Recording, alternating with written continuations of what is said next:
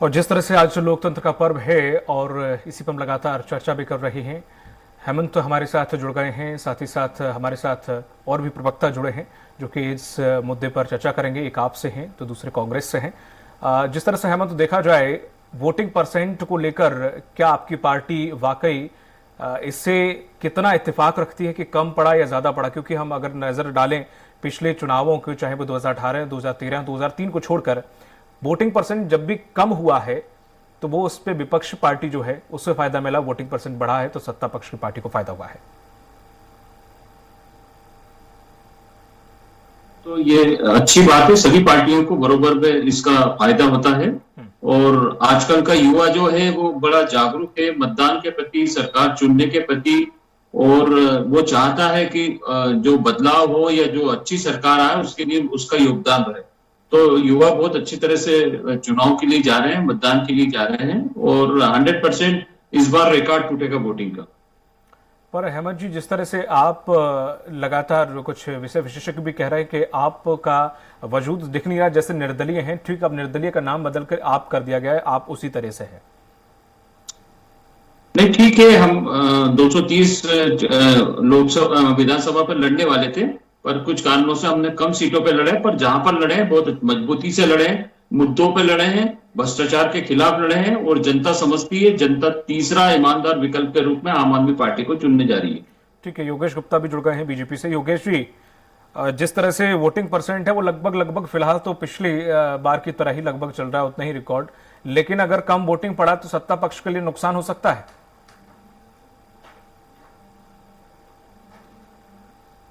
योगेश जी, आप तक आवाज आ रही है? मेरे को आपकी आवाज आ रही है, आपको आवाज आ रही है? जी जी जी, आपकी आवाज दर्शकों तक पहुंच रही है सर, बात रखें। जी जी, देखिए, रेट ऑफ परसेंटेज डिपेंड इस बात पे करता है कि शाम के 6 बजे तक कितने परसेंट मतदान होता है।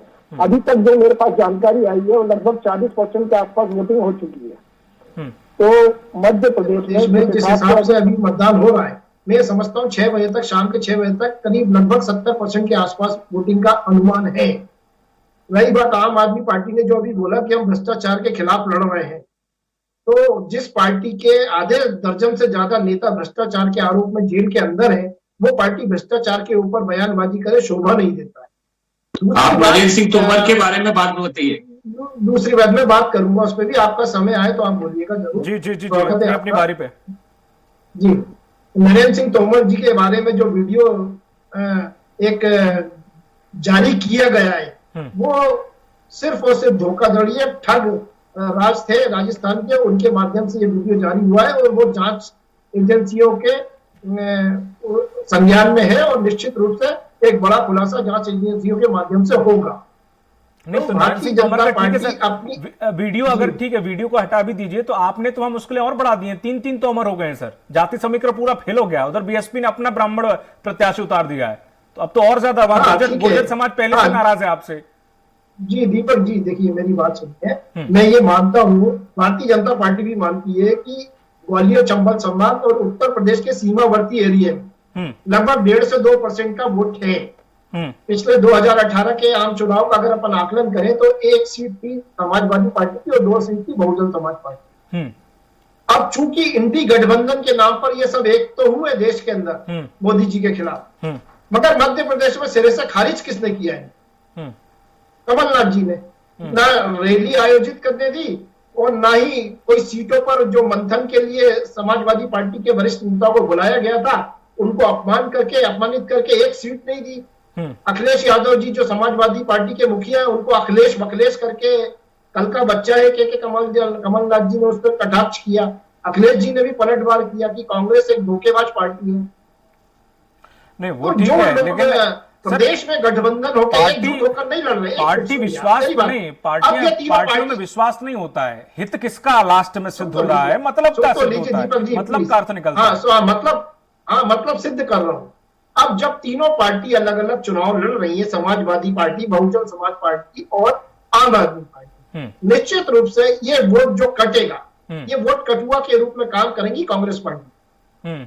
इसलिए भारतीय जनता पार्टी को इनके लड़ने से बहुत ज्यादा फर्क नहीं पड़ने वाला। अच्छा। भारतीय जनता पार्टी मध्य प्रदेश की जनता के बीच में अपनी जन कल्याणकारी नीतियों, गरीब कल्याण की नीतियों को लेकर गई है। लाडली बहना, लाडली लक्ष्मी, किसान कल्याण और प्रधानमंत्री आवास योजना, सीएम मुख्यमंत्री आवास योजना, किसान सम्मान निधि और लगभग जो हमारा बीमारू मध्य प्रदेश मिस्टर बंटाधार के समय हुआ करता था, आज हम विकसित मध्य प्रदेश के को लेकर मध्य प्रदेश की जनता के समक्ष खड़े हुए हैं। हमने 5 लाख किलोमीटर से ज्यादा सड़कें बनाई। आज नेशनल हाईवेज हमारे मध्य प्रदेश के देख लीजिए, चकाचक है। 4 बड़े शहरों को हमने एयर कनेक्टिविटी दी है, भोपाल, जबलपुर, इंदौर। भोपाल और इंदौर में मेट्रो चालू करी है। तो ये मध्य प्रदेश का विकास भारतीय जनता पार्टी ने करके दिखाया है। आज देश के 4 टॉप अर्थव्यवस्थाओं में मध्य प्रदेश का नाम आता है। हम 16% की आर्थिक विकास दर हासिल कर चुके। सर ठीक है, मैं आपकी बात मान लिया। आपने गगनचुंबी इमारतें खड़ी कर दी, आपने ट्रांसपोर्टेशन में मेट्रो चला दिया, आपने वंदे भारत चला दी, शताब्दी चलाती है, 2-3 ट्रेनें और होंगी वो भी चला दी, सब ठीक है। लेकिन आदमी खाएगा तो रोटी सर, खाएगा रोटी और करेगा जॉब। जब जॉब के लिए उसके पास कोई अवसर नहीं होंगे या फिर उसके पास वो पैसा नहीं होगा जितना उसका खर्चा है, उससे कम उसकी सैलरी है, तो अब ऐसे में अगर आप ये कहें कि हमने ये कर दिया, हमने वो कर दिया, हमने ये विकास इंफ्रास्ट्रक्चर रोड पर, गाड़ी नहीं होगी उसके पास तो रोड पे चलाएगा क्या? गाड़ी भी होगी तो पेट्रोल नहीं डलवाएगा तो रोड पे चलाएगा क्या? धक्का मारेगा क्या रोड, चिकनी रोडों पे? सुन लीजिए आप, आपके क्वेश्चन का जवाब देता हूँ। देखिए, हम जो कहते हैं ना दीपक जी, वो पहले करके दिखाते हैं, बाद में कहते हैं। हमने पहले करके दिखाया है मध्य प्रदेश की जनता को, मध्य प्रदेश का विकास। रही बात रोजगार की, हमने 1 लाख से ज्यादा रोजगार अभी अक्टूबर 2023 के महीने में दिए हैं और हमने 10,000 से लेकर 1 करोड़ तक की प्रधानमंत्री सहायता राशि के माध्यम से व्यवसायियों को। जब आपने इतना कर दिया तो आपके रजिस्टर्ड क्यों है 40 लाख सर? उसमें कम 40 लाख जो रजिस्टर्ड है। देखिए, 40 लाख जो मध्य प्रदेश में अनएम्प्लॉयमेंट के रूप में रजिस्टर्ड है, उसका दोषी कौन है? 65 साल सरकार किसकी थी देश में? उन लोगों ने क्या किया? माननीय मोदी जी ने 9-10 सालों में काफी कुछ देश और प्रदेश को आगे ले जाए, लेकर गए। हमारा युवा आज स्टार्टअप के माध्यम से। अमित जी, अब 15 महीने का राग अलापना छोड़ के अब उन्होंने 70 साल का राग अलापना शुरू कर दिया है।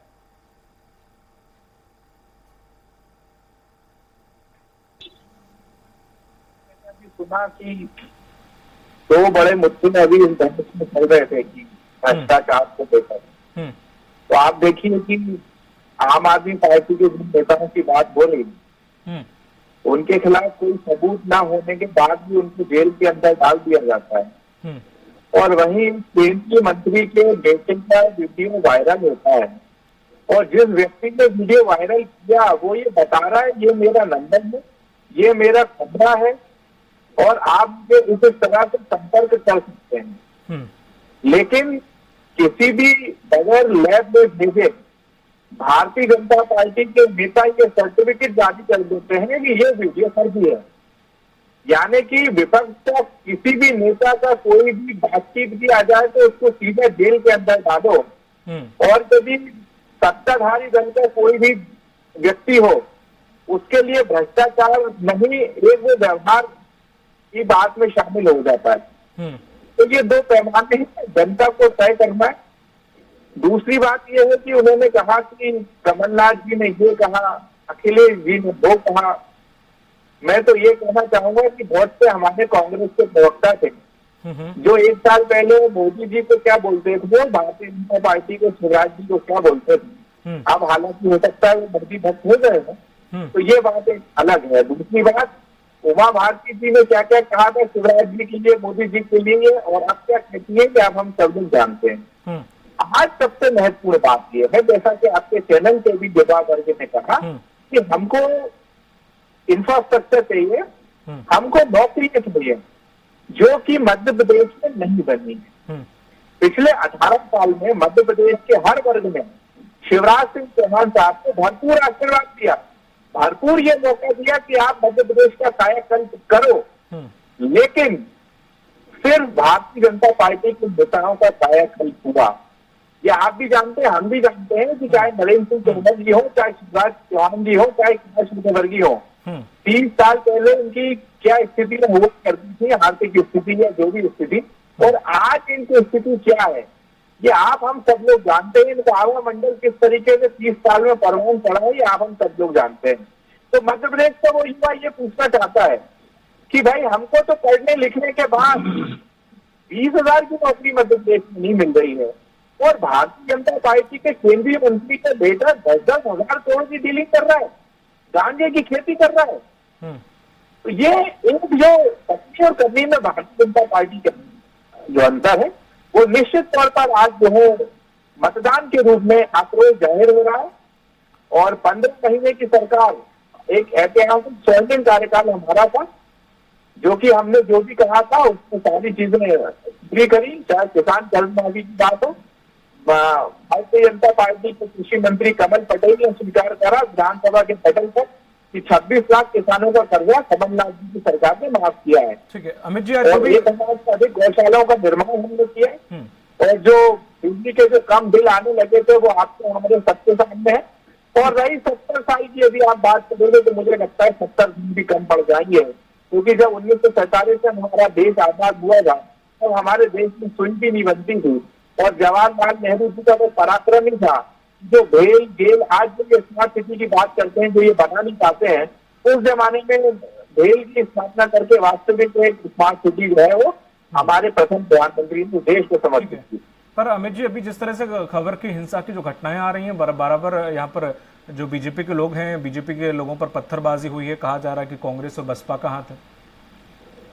देखिए, आपके पास जो रिपोर्ट आ रही है तो मुझे जानकारी नहीं है, लेकिन मैं अभी एक प्रतिष्ठित चैनल पर बैठा हुआ था और मुरैना से वहाँ के दिल्ली से संवाददाता बता रहे थे कि कल ही उस गांव के जो गुड़गांव है वहाँ के लोगों ने पुलिस से जाकर कहा था कि एक कुछ लोग है वो एक विशेष पार्टी को वोट देने का धमकी दे रहे हैं, और ये कह रहे हैं कि यदि आप उस पार्टी को वोट नहीं देते तो कल तुम्हारे घर पे पथराव भी होगा, गोलियां भी मिलेंगी। उसके बाद भी पुलिस ने वहां पे अपनी साफ चौकसी की व्यवस्था नहीं करी, और आप देखिए सुबह वहां पर वही सारी चीजें हुई हैं। और आप समझ सकते हो कि विपक्ष किस स्थिति में है, और सत्ताधारी दल के नेता कार्यकर्ता जिन्होंने अमित जी मैं आपके पास वापस लौट रहा हूँ। इस वक्त एक खबर आ रही है, मैं आपके पास लौटूंगा वापस।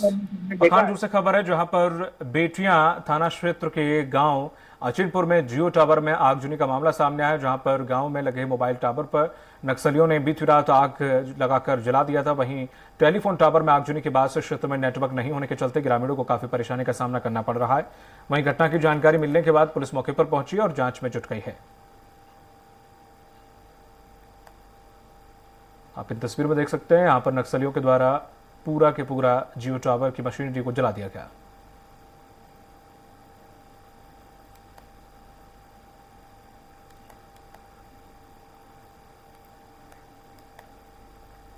वहीं छत्तीसगढ़ के विधानसभा चुनाव को लेकर मतदान जारी है और एक वोटिंग को लेकर विशेष पिछड़ी कमार जनजाति के मतदाताओं में भारी उत्साह नजर आ रहा है। इन मतदाताओं ने मतदान के बाद सेल्फी भी ली है। वहीं यहां दिलबधर के मतदान केंद्र क्रमांक 143 में विशेष पिछड़ी जनजाति कमार वर्ग के लिए ट्राइबल मतदान केंद्र का निर्माण किया गया है, जिसमें कुल मतदाताओं की संख्या 1039 और ये मतदान केंद्र चुनाई तिहार के आधार पर तैयार किया गया है और कमार जनजाति के लिए झोपड़ी नुमा सेल्फी जोन बनाया गया है।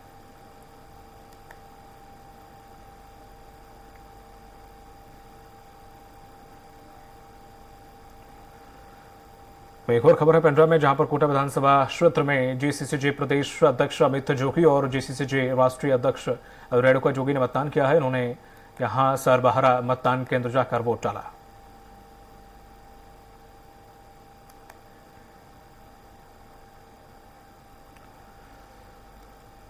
वही भोपाल के विपलानी केंद्र में अव्यवस्थाएं नजर आई हैं, जहां पर मतदान केंद्र में व्हील चेयर न होने से दिव्यांग और बुजुर्गों को परेशानियों का सामना करना पड़ा। इनमें से कुछ दिव्यांगों को परिजन अपनी गोद में और कुछ लाठी कुर्सी के सहारे मतदान केंद्र तक पहुंचे।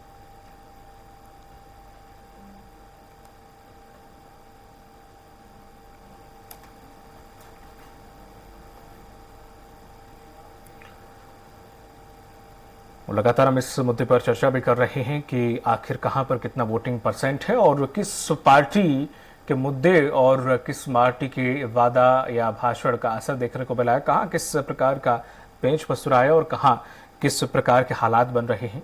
खास पैनल हमारे साथ जुड़े हुए हैं। भिंड से बड़ी खबर आ रही है, आम आदमी पार्टी से जुड़ी हुई खबर है। मानहर गांव में आम आदमी पार्टी के समर्थक पर गोली चली है। इस वक्त की बड़ी खबर, आपके समर्थकों ने कांग्रेस प्रत्याशी की गाड़ी पे तोड़फोड़ की है। राहुल भदौरिया की गाड़ी में की गई तोड़फोड़, इस वक्त की बड़ी खबर। जान बचाकर भागे कांग्रेस प्रत्याशी राहुल भदौरिया। इस वक्त की बड़ी खबर में आपको बता रहे हैं भिंड से, जहां पर आम आदमी पार्टी के समर्थक पर गोली चलाने का मामला। मानहड़ गांव में आम पार्टी के प्रत्याशी पर गोली चली है और गाड़ी में तोड़फोड़ की गई। गाड़ी सहित वो भागे हैं राहुल भदौरिया, जान बचाकर। कांग्रेस प्रत्याशी है राहुल भदौरिया। इस वक्त की बड़ी खबर भिंड से, आम आदमी पार्टी के समर्थक पर गोली चलाई गई है। मानहड़ गांव में आम आदमी पार्टी के समर्थक पर गोली चली है। वहीं आपके समर्थकों ने कांग्रेस प्रत्याशी की गाड़ी में तोड़फोड़ की है। राहुल भदौरिया की गाड़ी में ये तोड़फोड़ की गई। जान बचाकर भागना पड़ा है कांग्रेस प्रत्याशी राहुल भदौरिया को।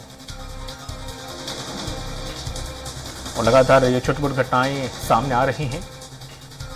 ये मानहड़ गांव जो है वो काफी बड़ा गांव माना जाता है भिंड में, चंबल संभाग पर, और भदौरिया समुदाय इस गांव में सबसे ज्यादा है। एक बड़ा गांव माना जाता है और वहां पर ही ये इस प्रकार की वारदात हुई है, जहां पर आप पार्टी के समर्थक पर गोली चलाने का मामला सामने आया है। तो आम आदमी पार्टी के कार्यकर्ताओं ने यहां कांग्रेस के प्रत्याशी राहुल भदौरिया को भगाया, उनकी गाड़ी में तोड़फोड़ की। राहुल भदौरिया को यहां कांग्रेस प्रत्याशी हैं जिन्हें भगाया गया है। राहुल मानहड़ के ही रहने वाले हैं, जो कि भतीजे कहे जाते हैं लाहार विधायक के, और ऐसे में अब उनके ऊपर ये आम आदमी पार्टी की तरफ से, समर्थकों की तरफ से कुछ यहां पर पत्थरबाजी हुई है, तोड़फोड़ हुई है, और ये महंगाओं से चुनाव में खड़े हुए हैं कांग्रेस की तरफ से राहुल भदौरिया।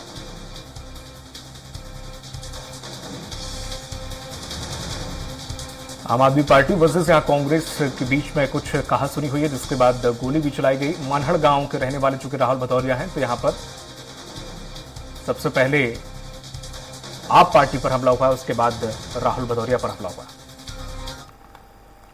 लगातार हमारे जो बने हुए हैं पैनलिस्ट हमारे साथ, जिस तरह से देखा जाए लगातार छिटपुट घटनाओं की खबरें आ रही हैं, फिर भी अगर मान के चलें कि ठीक है कांग्रेस प्रत्याशी हो या आम आदमी पार्टी हो, लेकिन आम आदमी पार्टी की अगर बात करें तो आम आदमी पार्टी भिंड और ग्वालियर चंबल संभाग में अच्छा खासा दम दिखा रही है।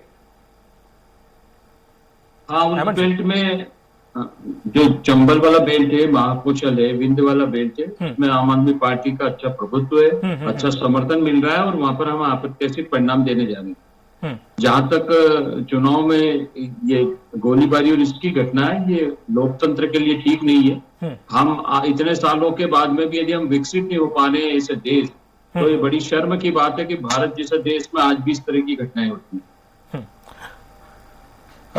योगेश जी, आप तक आवाज आ रही है? योगेश जी, आप तक आवाज आ रही है? योगेश जी से संपर्क नहीं हो पा रहा। अमित जी, आप तक आवाज आ रही है? अमित जी, आप सुन पा रहे हैं? अमित जी से संपर्क नहीं हो पा रहा है। लगातार हेमंत जी हमारे साथ बने हुए हैं, जो कि आपके प्रवक्ता हैं। हेमंत जी, जिस तरह से अरविंद केजरीवाल, हेमंत जी भी इससे संपर्क टूट गया है। नहीं, बोलिए। ठीक है, हेमंत जी जुड़े हुए हैं। हेमंत जी, जिस तरह से देखा जाए आम आदमी पार्टी में अरविंद केजरीवाल ने जो हुंकार भरी, और जिस तरह से बड़ा प्रैक्टिकलिटी अगर देखें तो काफी संख्या उनके जुड़ी थी जब भी उनका रैली निकाली उन्होंने, और चाहे वो जनसंवाद किया उन्होंने, तो उस वक्त क्या थोड़ा सा और अगर जोर लगाती आप, हालांकि आप कई पचड़ों में भी फंसी हुई है, लेकिन क्या वाकई पूर्ण रूप से अगर फोकस करती तो यहां पर संभावनाएं कुछ ज्यादा नहीं हो जाती? नहीं, देखिए इसी प्रचार में हमें बहुत अच्छे परिणाम मिलेंगे। हमने पूरी कोशिश की थी, बट कुछ डिस्टरबेंस के कारण ऐसा हुआ। लेकिन जनता सब समझती है, जनता शिक्षा चाहती है, स्वास्थ्य चाहती है, रोजगार चाहती है, महिला सुरक्षा चाहती है, और महंगाई से निजात चाहती है। और सबसे बड़ी बात है, 18 साल में जो भ्रष्टाचार का तंत्र बना दिया भारतीय जनता पार्टी ने, उससे मुक्ति चाहती है। आप कितनी योजना ले आए, आप कितने ही बजट फिक्स कर दे, कुछ भी कर दे, पर जब तक भ्रष्टाचार पे रोक नहीं लगेगी। मध्य प्रदेश में 50% का रेट चल रहा है, जबकि कर्नाटक में 40 था। यहाँ पर हर जगह भ्रष्टाचार है। व्यापम देख लो, संविदा देख लो, सीएसपी घोटाला देख लो, पटवारी घोटाला देख लो, डंपर घोटाला देख लो, काराम डैम घोटाला देख लो। 200-250 यहाँ पर घोटाले किए भारतीय जनता पार्टी ने, और बड़ी सुचिता और संवेदनशीलता की बात करने वाली पार्टी है। और यहाँ पर जो इनके नेताओं पर भ्रष्टाचार के आरोप होते हैं तो कभी भी ईडी और सीबीआई नहीं आती। नारायण राणे के ऊपर ईडी सीबीआई नहीं हुई, अजीत पवार के ऊपर ईडी सीबीआई नहीं हुई, मुकुल राय के ऊपर ईडी सीबीआई नहीं हुई, हेमंत विश्व शर्मा के ऊपर ईडी सीबीआई नहीं हुई, क्योंकि ये बीजेपी की वॉशिंग मशीन में लुट गए थे। आज नरेंद्र सिंह तोमर के लड़के के ऊपर 10,000 करोड़ का घोटाले के आरोप है। इतनी बड़ी संख्या। ठीक है हेमंत जी, चूंकि समय हो चुका है इसलिए माफी चाहूंगा, इस चर्चा को मैं आगे नहीं ले जा पाऊंगा। बहुत बहुत शुक्रिया हमारे साथ जुड़ने के लिए हेमंत जी, योगेश जी और अमित जी, आप तीनों लोगों का। तो जिस तरह से देखा जाए लगातार तीनों ही पार्टियां एक दूसरे पर आरोप लगा रही हैं। छिटपुट घटनाओं की जो खबरें हैं लगातार स्वराज एक्सप्रेस आपके सामने रख रहा है और लगातार उस आंकड़े पर भी नजर रख रहा है जो आप तक पहुंचाना है कि कितना वोटिंग परसेंट अभी तक हो चुका है। हर एक विधानसभा की जानकारी आप तक पहुंचाई जा रही है। हमारे संवाददाता लगातार पल पल की जानकारी आप तक पहुंचा रहे हैं। वक्त फिलहाल छोटे से ब्रेक कर जल्द होंगे हाजिर।